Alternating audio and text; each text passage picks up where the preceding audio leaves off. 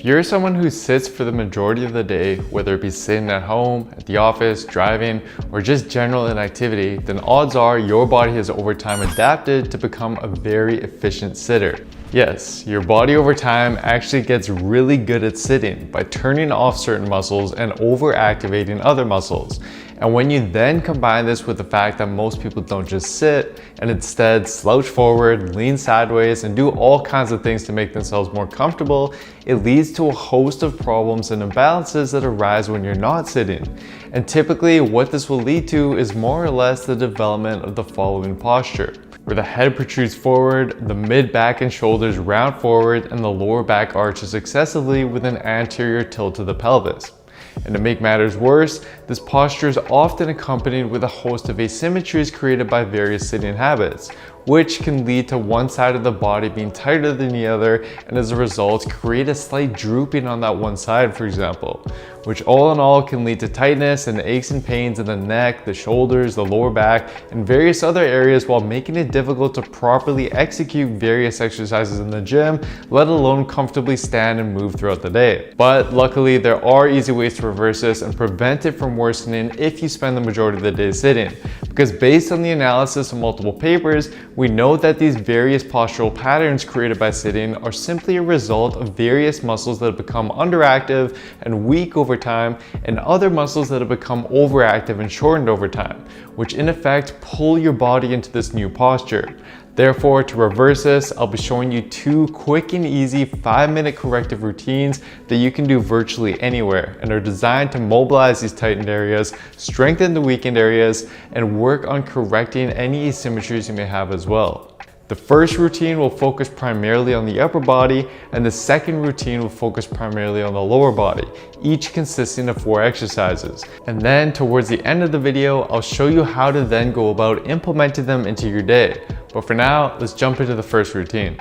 The first exercise we'll use to mobilize the upper body is over and backs, which can be done with either a band or a towel. This exercise is used to open up and stretch the shortened chest and shoulder muscles that are pulling you forward into this hunched posture. Here, you'll simply grip the towel or band with a wide overhand grip, pull it apart slightly to create tension, and then, without bending your elbows, raise it over your head and behind your back, going only as far as you're capable of. Then when it gets behind your back, focus on pulling your hands apart. Start with a wider grip and over time, narrow your grip as your mobility improves. Next, we're going to move on to the cobra pose to now stretch out pretty much all of the tightened muscles from sitting. This is arguably one of the single best stretches for sitting, because if you go joint by joint, the entire body is almost completely reversed in the stretch position when compared to a typical sitting posture. To do it properly and without aggravating your back, however, you want to execute the following. Lay on your stomach with your feet about hip width apart, toes facing down, and hands by your sides positioned directly under your shoulders. Next, contract your quads so that your knees are off the ground, bring your shoulder blades down and back, and then lengthen your spine by thinking about bringing your upper body forward and up by using and engaging your mid and lower back muscles. You should not be muscling your way up by pushing your arms into the ground. They should simply be there for guidance and stability as you lengthen. Hold for a few deep breaths at the top position before coming down and repeating for more reps. The next exercise we'll use here will be used to help correct some of the asymmetries developed from slouching one way when sitting. This causes your muscles in your sides, such as your QL, to tighten up and commonly droop your body one way as a result. For these, we'll perform a simple standing reach where you hold one hand at your hip, and then with your other arm, you want to extend up and back behind your body at a diagonal. Think about reaching towards the ceiling and experiment with different angles until you find the angle that best creates a stretch in your side shown here. Hold the end position for about 5 to 10 seconds and then repeat for reps before switching to the other side. And you'll probably notice that one side is tighter than the other as a result of your slouching, in which case you'd want to spend a little bit more time and do more reps on that tighter side. Next, we're going to move on to strengthening some of the weakened upper body muscles. More specifically, the weakened lower traps that contribute to that hunched over posture, and the weakened neck flexors that contribute to that forward head posture. To do so, we'll use wall slides with chin nods. Here, simply stand against a wall with ideally both your upper back and lower back completely flat against it. Then slide your arms up and down against it like so. Then, with the back of your head against the wall, simultaneously perform reps of chin nods, where you tuck your chin into your chest by using those deep neck flexors to basically give yourself a double chin. As you raise your arms, you should feel a strong contraction in your mid-back, and as you perform the chin nods, you should feel the muscles in the front of your neck working. This combination of wall slides and chin nods is an effective way to correct both that hunch posture and that forward head posture at the same time. If the wall slides are too difficult to start though, you can perform shoulder W's like so as an alternative. Next, it's time to move on to focusing a little bit more on the mid and lower body muscles with the second routine. To start off though, we'll work on thoracic or mid-back mobility that gets stiffened from sitting and not only promotes that hunched over posture, but can also lead to problems and compensations in the lower back and lower body as well. To do so, we'll use thoracic rotations, where you get on all fours, sit your hips back towards your heels, place one hand extended out in front of you and the other held behind your neck like so. Then simply bring your elbow down towards the floor, and while following your elbow with your eyes, rotate your elbow up towards the ceiling as far as you can. Hold the top position briefly and then come back down for more reps before moving to the next side. You should feel a good stretch in your mid-back area as you do so. Next, we're going to move on to stretching out the hip flexors, which have become tightened over time and are pulling the pelvis into that anterior pelvic tilt.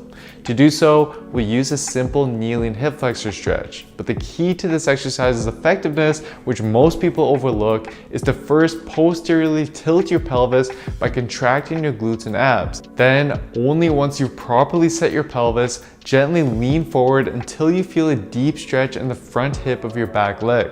Hold the end position for 10 deep breaths or so, and then switch to the other side. Next, we're going to move on to a stretch that not only further lengthens the tightened hip flexors, but also helps open up the hips with external rotation and addresses any asymmetries present there to best set us up for success in the strengthening exercise we're going to do next. For these, you can use a couch or any elevated platform and cross your front leg on top of it and fully extend your back leg to lengthen out your hip flexor.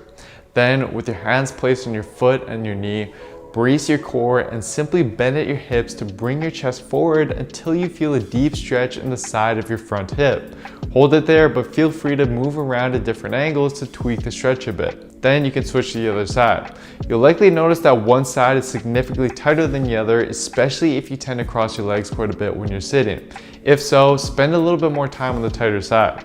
And if needed, an alternative is to perform this similar stretch but seated with your foot rested on your opposite knee, and again leaning forward by dropping your chest until you feel a stretch. Lastly, we're going to move on to glute bridges to help awaken and strengthen the glutes that tend to become inactive and weakened as a result of prolonged sitting and are now contributing to that anterior pelvic tilt. It's vital that you perform the prior stretches first, however, since research has shown that those tightened muscles we stretch will actually inhibit your glute activation and make it hard for you to effectively use this exercise. So, to perform your glute bridges, lay on your back with your knees bent and feet flat on the floor. Then, first move into posterior pelvic tilt by contracting your glutes and abs. Once that's set, use your glutes to thrust your hips into the air while keeping your back straight rather than arched. Hold the top position while contracting your glutes before coming down for more reps. Over time, you can then progress to single leg glute bridges as you get stronger, which can help correct any strength asymmetries you may have in your glutes. So here are the two routines all summarized with rep ranges and timing guidance for each of the exercises.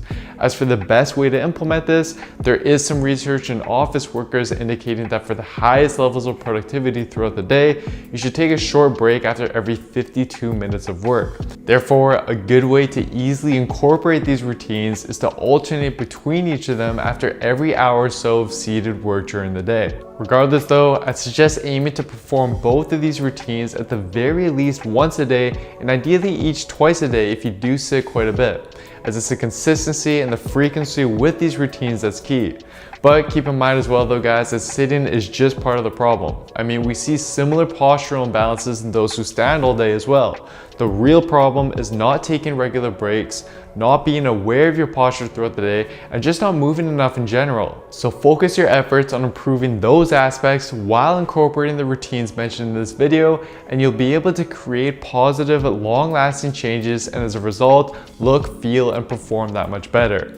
And for a step-by-step holistic program that shows you exactly how to train and eat to build muscle and lean down without overlooking key muscles like the one shown in this video, then simply head on over to builtwithscience.com to take the analysis quiz and discover what science-based program is best for you and where your body is currently at.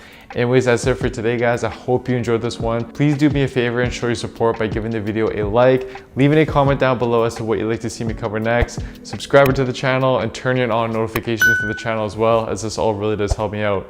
Thank you so much, everyone. I'll see you next time.